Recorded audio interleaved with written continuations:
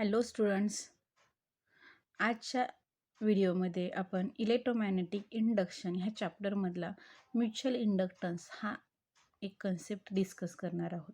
आपण लास्टच्या व्हिडिओमध्ये सेल्फ इंडक्टन्स हा कन्सेप्ट डिस्कस केलेला होता.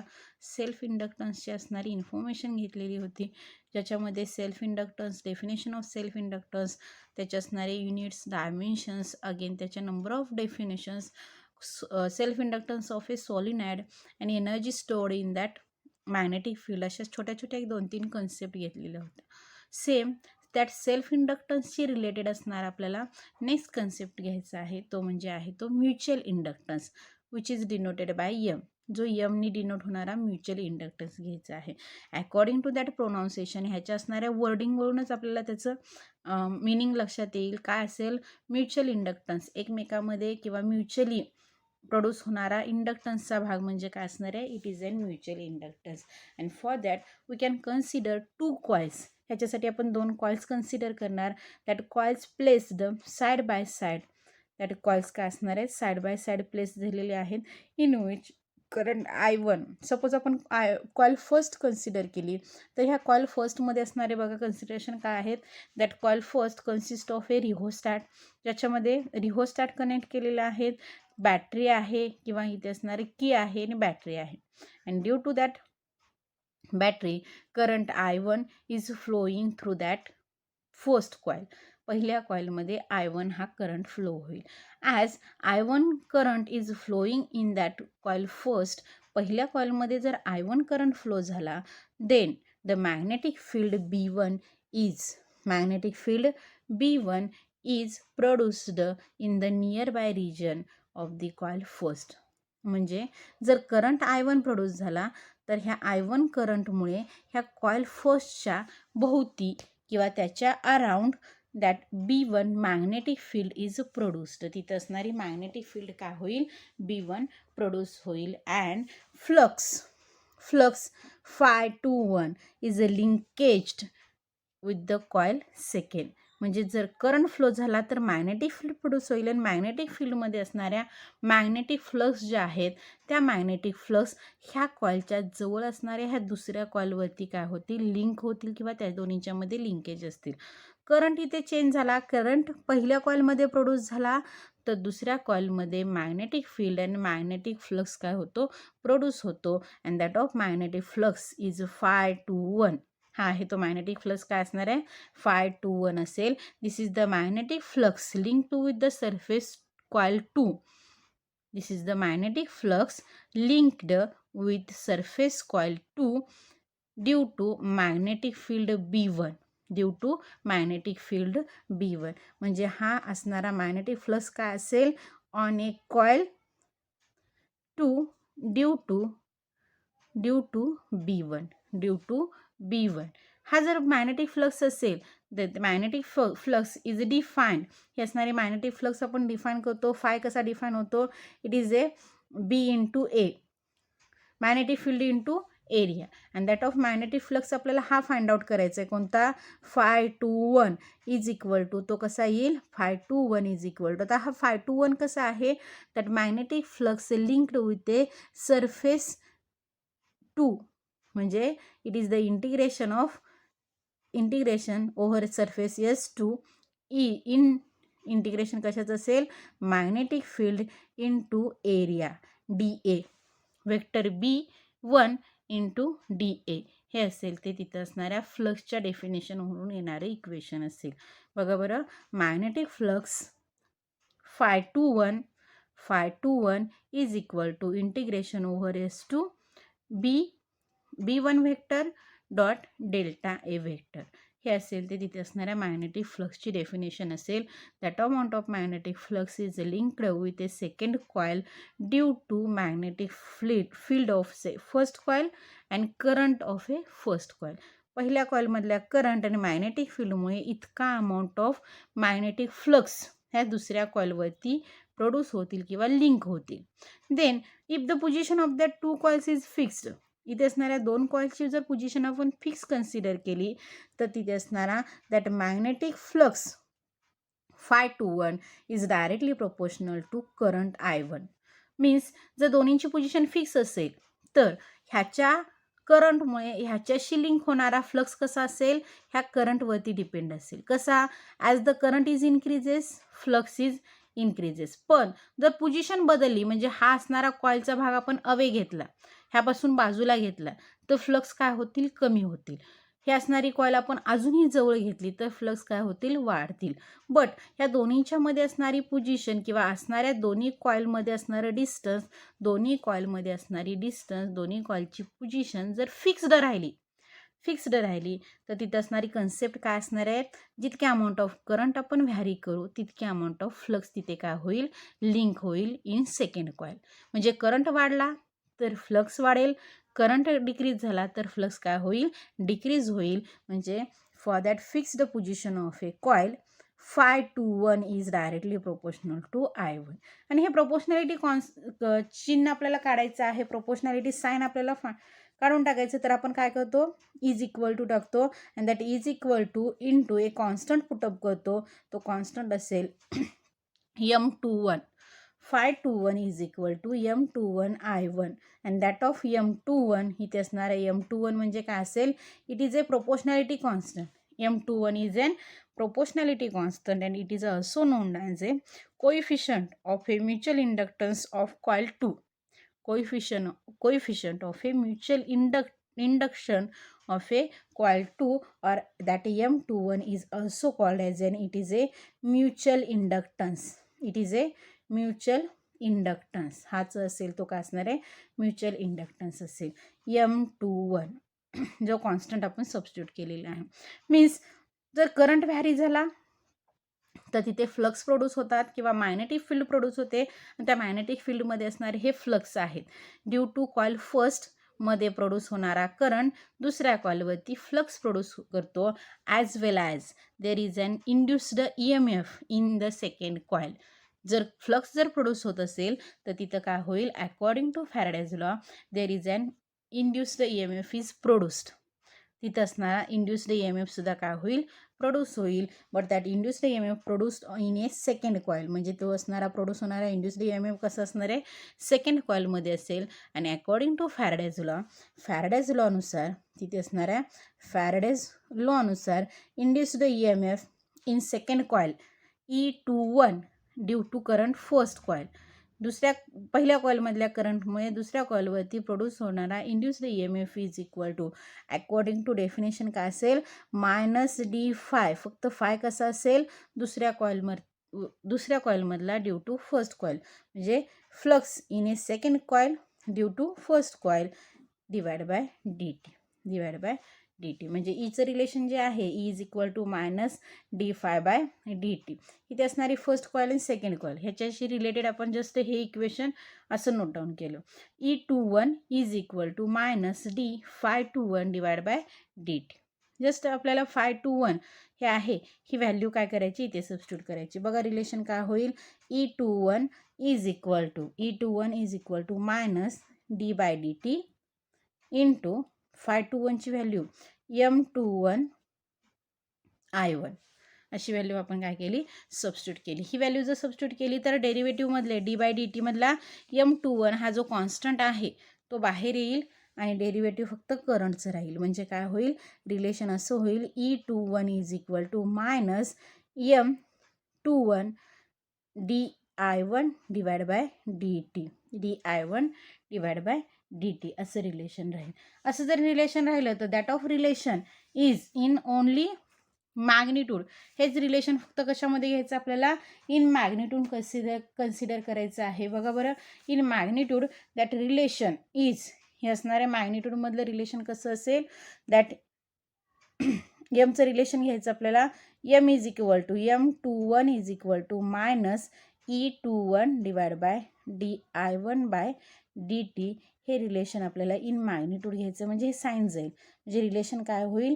M21 is equal to mod of E21 divide by mod of di1 divide by dt. Mod of di1 divide by dt असं relation येईल. This is the coefficient of mutual induction in coil 2 or mutual inductance of a coil 2.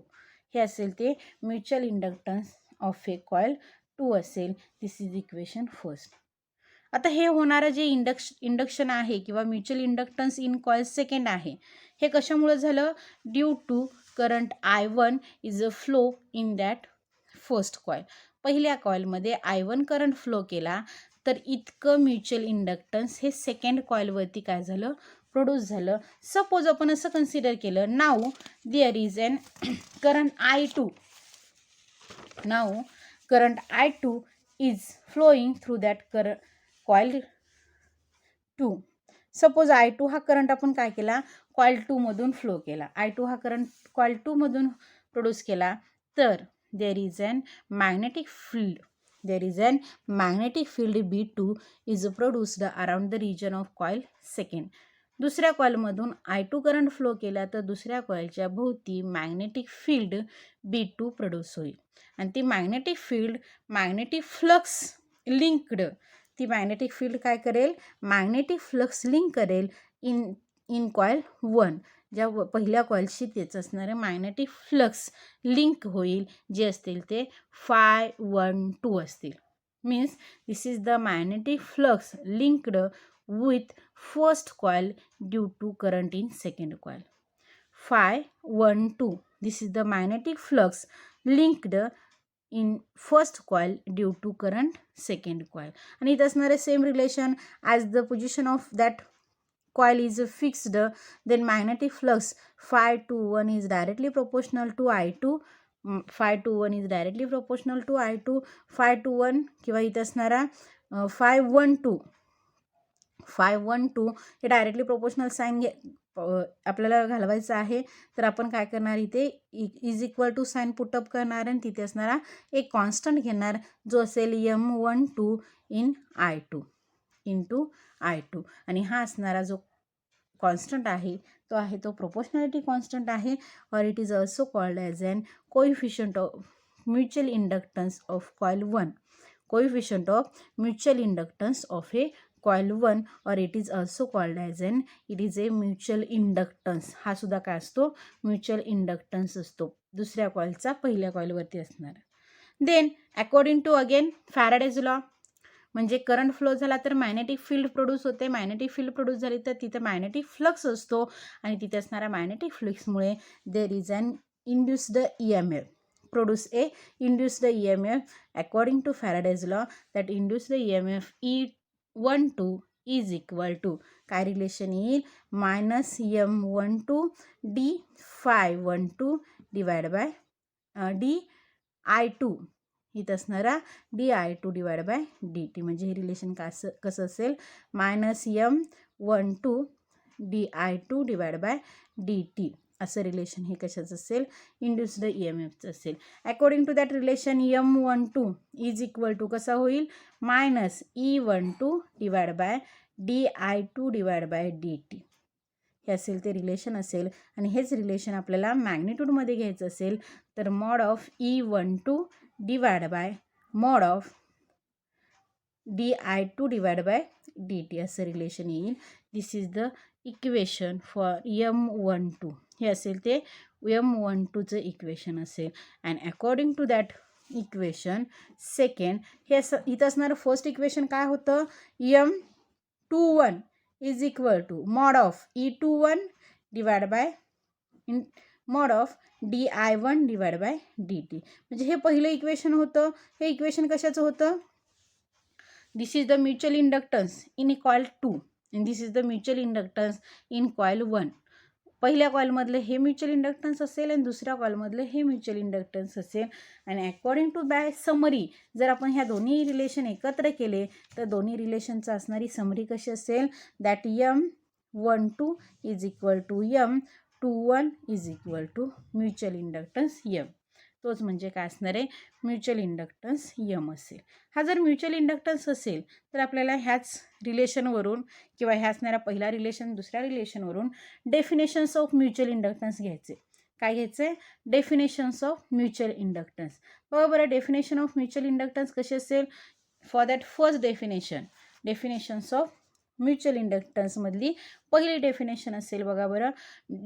Mutual inductance of a two coil or two circuit mutual inductance M of a two coil or a two circuit is the magnetic flux linked with a secondary circuit per unit current of A primary circuit. बघा बरं कसं असेल, म्हणजे इथे असणाऱ्या M2च्या ह्या रिलेशनवरून इथं असणारे हे M2चं रिलेशन घेतलं तर हे M2चं रिलेशन कसं होईल, फ्रॉम दॅट रिलेशन M2 कसं होईल, M12 is equal to phi12 divide by I2 आणि M21 is equal to phi21 divide by I1 असेल. हे आहे ते इथं असणाऱ्या दोन म्युच्युअल इंडक्टन्सचे इक्वेशन्स आहेत. हेच equation in the form of M घ्यायचं. हेच इक्वेशन आपल्याला काय घ्यायचं आहे, in the form of M घ्यायचं आहे. म्हणजे M कसं असेल, M is equal to phi s divide by phi p असेल. M कसं असेल, phi s divide by phi p असेल. phi s divide by phi p म्हणजे काय, phi s divide by I p, phi s divide by I p, wear S for secondary. S कशासाठी असेल, सेकंडरीसाठी असेल आणि पी म्हणजे काय असेल, प्रायमरी असेल. Coil second and this is the coil first, ही असेल ती त्याची डेफिनेशन असेल. बघा बरं इक्वेशन काय आहे, M is equal to phi s divide by I P, phi s divide by I P. Mutual inductance M of a two coil, mutual inductance of two coil is the magnetic flux in secondary coil, magnetic flux in secondary coil to the per unit current in the first coil, current in the primary coil. Magnetic flux in the secondary coil per unit current in the primary coil. That relation or that ratio is called as a mutual inductance M. हा ratio म्हणजे काय असेल, mutual inductance M असेल. आणि जर हे relation असं असेल तर phi s is equal to काय रिलेशन येईल, phi s is equal to M into I P. ह्या आय पी जस्ट मी इकडे शिफ्ट केलं, आय पी जस्ट काय केलं, इकडे शिफ्ट केलं. अँड दॅट रिलेशन phi sचं रिलेशन जे आहे ते मी काय करणार आहे, EMF किंवा फॅराडेज लॉच्या EMFच्या रिलेशनमध्ये सबस्टिट्यूट करणार. कोणतं, EMF for S, ES, EMF for the secondary coil is equal to minus d phi s divide by D t, minus is equal to minus d phi s divide by D T.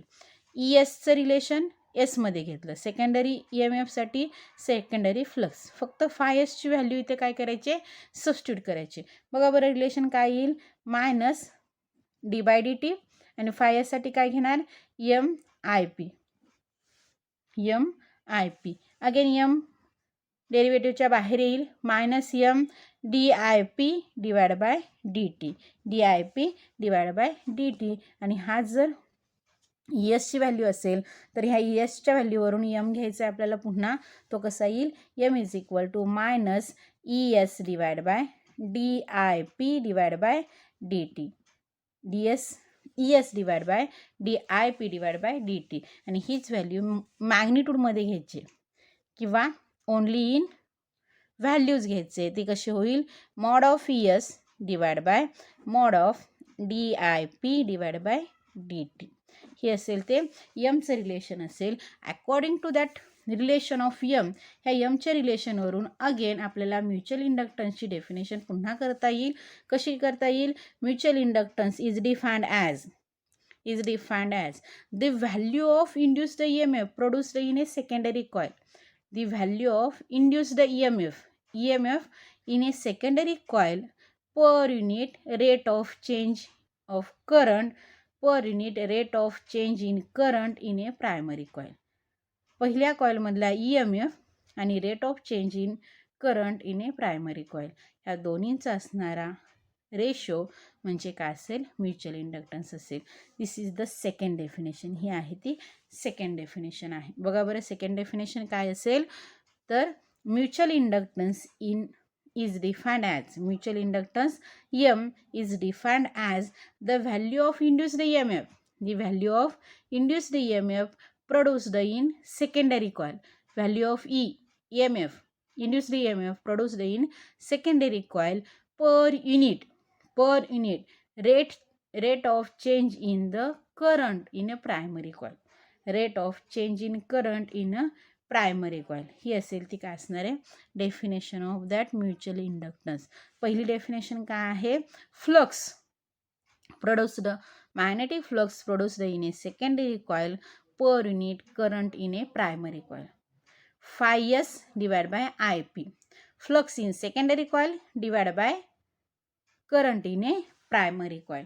अशी असेल ती पहिली definition असेल. आणि दुसरी definition आहे in case of a EMF. In case of a EMF by Faraday's लॉवरून.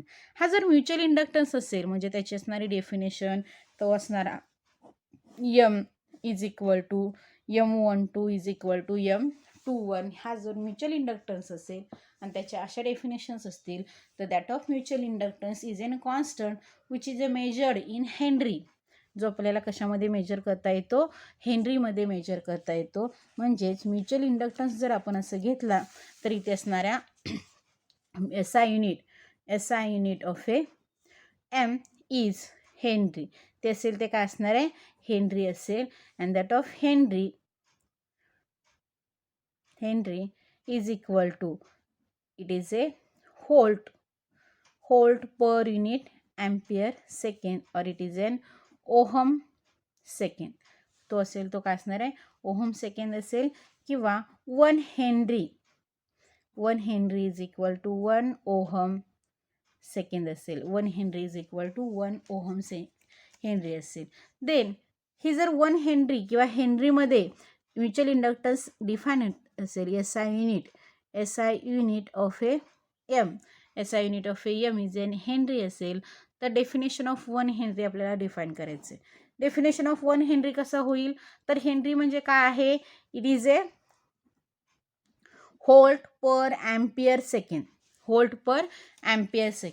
Suppose 1 henry हवा असेल तर ह्या व्हॅल्यूसुद्धा कशा असायला हव्यात 1 असायला हव्यात. ह्या व्हॅल्यूसुद्धा कशा असायला हव्यात 1 असायला हव्यात. म्हणजेच इथे असणारा होल्ट 1 असायला हवा. इथे असणारा होल्ट 1 असायला हवा. इथे असणारा एम्पियर पर सेकंडसुद्धा काय असायला हवा 1 असायला हवा. होल्ट 1 असायला हवा. एम्पियर पर सेकंडसुद्धा काय असायला हवा 1 असायला हवा. बघा बरं असणारी 1 हेनरीचे डेफिनेशन अशी होईल. अशी म्हणजे कशी if corresponding to a 1 ampere per second rate of change of current म्हणजे इथे असणारा DI/dt rate of change of current हा किती असायला हवा 1 ampere per second. Rate of change of current किती असायला हवा 1 ampere per second. Current in a primary circuit which induced the EMF produced in a secondary circuit is a 1 volt. त्यावेळेला दुसऱ्या कॉइलमध्ये इंड्यूस्ड होणारा जो काही EMF आहे तो किती असायला हवा 1 व्होल्ट असायला हवा. Then the mutual inductance of M is a in that 2 circuit is a 1 henry. त्यावेळेला 2 सर्किटमधला असणारा म्युच्युअल इंडक्टन्स किती होईल 1 हेनरी होईल. बघा बरं ह्याचं असणारं वर्डिंग कसं होईल डेफिनेशन ऑफ 1 हेनरी. 1 हेनरीची डेफिनेशन कशी असेल if corresponding to 1 ampere per second the rate of change of current in a primary circuit. The induced EMF in the secondary circuit is 1 volt. Induced EMF in the secondary circuit is a 1 volt. Then the mutual inductance M of a 2 circuit is 1 Henry. त्यावेळेला त्या 2 सर्किटमधले असणारा M किती असेल it is a 1 Henry.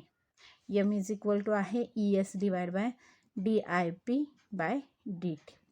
DIP/dt. ES 1 असेल DIP/dt 1 असेल त्यावेळेला M सुद्धा 1 असेल. ही आहे ती हेनरीची डेफिनेशन आहे.